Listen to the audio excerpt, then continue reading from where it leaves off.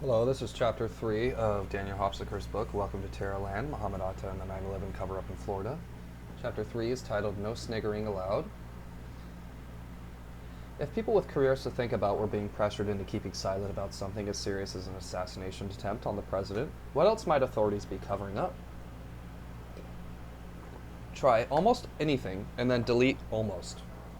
When we began interviewing eyewitnesses to Mohammed Atta's sojourn in Florida, what historians call primary sources, we were soon in the midst of a major anomaly in the official story.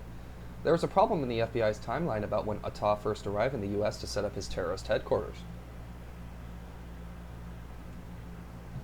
The FBI states Mohammed Atta landed in America on June 3rd of 2000. We interviewed a good dozen credible eyewitnesses who could tell them that they were wrong. Didn't they know that? They did. The logic is inescapable. If we knew it, we had to figure that they knew it as well. After all, they had a massive 4,000-man investigation team. They could put 3,999 more investigators on the street than we could. They interviewed the same people we did and heard the same things we heard. So the FBI was not wrong on Atta's timeline by accident. They were not making what could be considered honest mistakes. They were lying. Things are worse than we had imagined. How much worse became clear when we began to compare the truth as we found it with the official story of Atta's activities and movements. From a number of sources, including the New York Times and the Washington Post, we compiled the reported milestone in the FBI's chronology of Atta's time in the U.S. Let's start with the official story, as recounted in Time magazine. On June 3rd of 2000, Atta arrived in Newark, New Jersey, from Prague with a 6-month tourist visa. Within a month, Atta and al-Shehi signed up for flight training at Huffman Aviation International in Venice, Florida. That's simple enough. What the FBI says happened next was reported in the September 23, 2001 Fort Lauderdale Sun-Sentinel. South Florida became Atta's home for almost 14 months. Al-Shehi traveled with him. They lived in Nokomis, next to Venice, a southwest Florida suburb, as they learned to fly small airplanes at Huffman Aviation from July to November of 2000. That December, they apparently moved to southeast Florida as Atta shelled out about $1,500 for him and al-Shehi to gain 6 hours in a jet simulator at Sim Center in Opa-locka. Okay, we think we got the FBI story, which goes like this. Atta arrives in the U.S. in early June, begins flight training at Huffman in Venice in July, then leaves Venice in December and moves gratefully on to the jazzier precincts of the Miami area. It is a simple, straightforward timeline. Just for safety's sake, let's hear it one more time, in the sworn testimony of Huffman Aviation's Rudy Deckerds, the colorful and controversial Dutch national whose numerous post-9/11 TV appearances made him a minor celebrity before the House Judiciary Committee. He also has passed away recently this year as well. On July 1st of 2000, Deckerds testified, reading from a prepared statement. Mohammed Atta and Marwan al-Shehi arrived at Huffman Aviation in Venice, Florida, to inquire about taking flying lessons. After a description was given about our flying school, they said they would let us know what they should decide about the flying lesson. On July 3rd, 2000, Atta and al-Shehi came back to Huffman Aviation to sign up for lessons, said Deckerds. On December 24th of 2000, Atta and al-Shehi rented a Warrior from Huffman Aviation for a flight. 1 to 2 days later, Atta and al-Shehi returned to Huffman Aviation to make final payments on their outstanding bills. Because they were not taking any more flying lessons, they were asked to leave the facility due to their bad attitudes and not being liked by staffs and clients alike. Huffman never heard about or from them again. The official story, we can say with confidence, is that after getting their pilot licenses, Mohammed Atta and Marwan al-Shehi left Venice forever by Christmas of the year 2000. In the remaining 8 months and 11 days before the attacks, the FBI's chronology leans heavily throughout, though not exclusively, on Miami area locations. Atta is living in an apartment in Hollywood and then another in Coral Springs. He abandons a stalled private plane on a runway in Miami, purchases global positioning devices in Fort Lauderdale, trades on a sophisticated full-motion simulator in Opa-locka. He rents single-engine planes in Belle Glade, at the Palm Beach County Airport, and in Gwinnett County, Georgia. He consults a pharmacist in Delray Beach, hangs out at Shuckham's Raw Bar in Hollywood, gets a traffic ticket in Broward County, and has frequent meetings in Paterson, New Jersey. He flies commercial from Fort Lauderdale to Boston, from Boston to New York, to Prague, back to Newark, from Newark to Fort Lauderdale, then to Madrid from Miami to Las Vegas and back. While far from comprehensive, this rundown clearly illustrates the official story about Atta, which is that after December of 2000, he is never in Venice. When the FBI speaks of him, the word Venice does not pass their lips. 2 weeks after the FBI released photographs and brief bios of the hijackers, along with a request for public assistance in obtaining more information about these individuals, their bio on Atta omits any reference to Venice. Mohammed Atta, possible Egyptian national, date of birth used, September 1st of 1968. Possible residences in Hollywood, Florida, Coral Springs, Florida, and Hamburg, Germany, believed to be a pilot. This is beyond strange. The 6 months Atta was in Venice comprises roughly half of the time he was in the U.S., according to the FBI's own calculations. Yet there's no mention of Venice in his official FBI bio. If you saw Atta in a supermarket in Fort Lauderdale, the FBI would like to hear from you, since they list Atta living in Hollywood and Coral Springs residences. But if you're calling the FBI with a hot tip on seeing Atta huddled in conference with somebody in Venice, apparently they already knew all they needed to know about that. Thanks. The FBI's attempt at misdirection is obvious. This is a big clue that whatever they're covering up about Venice is big enough for them to doctor Atta's entire story to hide it. All the FBI would have to do to learn their chronology, the basic tool of investigators, was off by miles, would have been to talk to some witnesses in Venice, as we did, or even just read the local newspaper, because the local newspaper of record in Venice and environs had simply done their job and reported what credible eyewitnesses told them about their encounters with the terrorists. They didn't know they were in the areas deemed sensitive.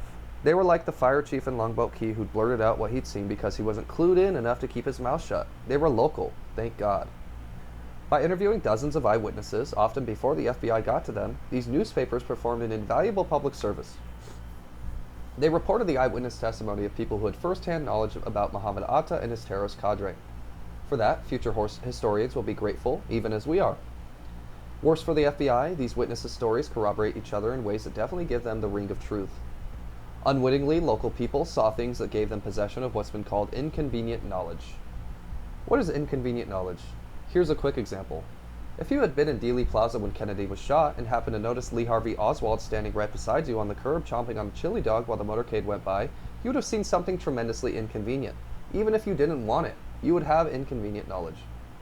Just seeing something, though, only constitutes possession. What they treat far more seriously is seeing something and then talking to, say, a reporter. This is possession with intent to distribute. A more serious crime. Under certain circumstances, it can occasionally prove physically harmful. But consider this, if your inconvenient knowledge contains information hot enough to affect the destiny of the Western world, you could be in trouble even if you don't talk to anybody. Because how do they know you won't someday snigger inappropriately at the mention of Lee Harvey Oswald and drop a hint, something like that Oswald boy sure does love his chili dog. At a bare minimum, you would find it necessary to refrain at all costs from ever mentioning the name Oswald in a sentence containing the words chili dog. But inconvenient knowledge is nothing to make jokes about. Just ask those already in our story who unwittingly came into possession of some. Life can change real fast, as Zain Labdin, Omer, and his buddy Hakim, wherever they are, undoubtedly understand. Things can happen. When Mohammed Atta and his sidekick Marwan came to Venice, they first lived with a Huffman aviation employee named Charlie Voss. They'd need someplace to stay when they got into town, Voss told reporters. Later, flight school owner Rudy Deckers testified to Congress that he gave the terrorist duo Charlie's number, an act of kindness for which Charlie apparently still holds a grudge. Voss gave a stilted statement to reporters on his doorstep on the day after the attack. That sounds like something a Justice Department attorney wrote down for him and made him repeat until he had it memorized. FBI agents informed me that there were two individuals that might have crossed our paths who were students at Huffman Aviation. My employer and the FBI told me that they were involved in yesterday's tragedy, Voss said. The two individuals who might have crossed Charlie's path, Atta and Marwan, lived with the Vosses for just a week and quickly wore out their welcome. They were asked to move when the Vosses grew tired of remarks they were making, which Charlie's wife, Drusilla, characterized as arrogant and sarcastic. The ringleader, Atta, creeped me out, Drusilla told reporters. I made them leave. Atta and al-Shehi then signed a 6-month lease with Steve Kona, a member of the Venice Fire Department, renting a small 2-bedroom house on Laurel Drive in Nokomis, just north of Venice, where they lived from July through December 2000. Since the attack, the house has become something of a tourist attraction. To avoid any identification with the hijackers who once lived there, the current occupants have an American flag flying outside all day, every day. In an interview 6 months after the attack, landlord Kona told us, I just maintained the grass over there in the summer. They actually dealt with the rental agency for the rent each month, but I would see them occasionally when I was over there mowing. Like many who knew them, Kona spoke of liking the bear-like Marwan, often described as being friendly and accessible. Actually, Atta kept kind of secluded. His cousin, I talked to him a couple times. He was friendly, but Mohammed Atta, no, I never spoke with him in the 6 months he was here. Kona was clear about that time period during which Atta and Marwan had rented from him. The same July through December time period when they were said to have been at Huffman Aviation. They rented it just for 6 months, about the same amount of time that they were here for the pilot's training, and then they left, Kona said. According to the FBI, that's just about the whole Venice story. A week with the bosses, then 6 months in a pink 2-bedroom house in Nokomis. Over and out. On to Miami, right? Not so fast. Charlie Voss and Steve Kona were not at Mohammed Atta's only 2 landlords in Venice. The terrorist had a 3rd landlord there as well, and when the individual stepped forward, alarm bells must have gone off all over the FBI headquarters in Washington. Start with this account in the Venice Gondolier 3 days after the attack. Headline: Flight school may have charged suspect terrorists extra rents. The gist of the account was that Huffman Aviation had rented an apartment for $550 a month and then turned around and subletted it to the students at an outrageously high markup. It was hard to muster indignation over the terrorists being victims of rent gouging, but the story also contained information which matter-of-factly destroys pretty much the entire edifice of the FBI's official story. 2 men suspected of terrorizing the heart of America this week resided in a Venice apartment earlier this year, said the paper. While attending flight school at the Huffman Aviation in Venice, Mohammed Atta, 33, and Marwan al-Shehi, 23, lived with 4 other Middle Eastern students near Venice Airport at Sandpiper Apartments. The 6 Middle Eastern men shared a 2-bedroom, 2-bathroom apartment in Unit 26, said Charles Grapentine, manager of the apartments. Atta had a 3rd landlord in Venice. That same day, the Charlotte Sun-Herald reported essentially the same thing. This was 1 landlord too many for the FBI's official story, and it had the same basic effect on the FBI that reports of a 2nd gunman had 40 years earlier. But alas, for the official story and the FBI, there was a list of witnesses, an inconveniently long one, who knew firsthand that the terrorist ringleader had lived at the Sandpiper Apartments. For one, there's Amanda herself. After we'd located her, I found the Sandpiper, she told us, met Charlie, though he was really nice. Mohammed used a check to pay for it. The name on the check was Mohammed Arajaki. The name he said was his. The FBI told me they found bank accounts of his all under different names. Then there was a couple that managed the Sandpiper Apartments. Charlie Grapentine and his wife Paula never had any doubt who their tenant had been. When he saw it on TV, Paula immediately recognized Atta, said the gondolier. Paula Grapentine immediately recognized the face of suspected terrorists who may have trained for the World Trade Center attacks at Huffman Aviation in Venice. He was her next-door neighbor. They lived at the Sandpiper Apartments, Unit 26 in Venice until earlier this year. Even the postman confirmed the identification, as did the tenants next door to Atta and Amanda's apartment. No one doubted that the terrorist ringleader had been in their midst. As it turns out, Mohammed and Amanda had been anything but an inconspicuous duo. Atta lived at the Sandpiper earlier this year, reported the gondolier, meaning, of course, earlier than the September 14th, 2001 date of the story. Maybe you see the problem. At the time these eyewitnesses say Atta was at the Sandpiper, the FBI says he was no longer in Venice. The Grapentines and the other Sandpiper apartment eyewitnesses were about to discover the consequences of possessing inconvenient knowledge. Although at least 2 other newspapers cover this story, reporter Earl Kimmel made it his own in the Sarasota Herald Tribune, owned by the New York Times. In the aftermath of 9/11, Kimmel had understandably focused on the local angle. The terrorist in Venice was a huge story for a sleepy little town. If it hadn't been so heartbreakingly tragic, it might have felt like Christmas to reporters there.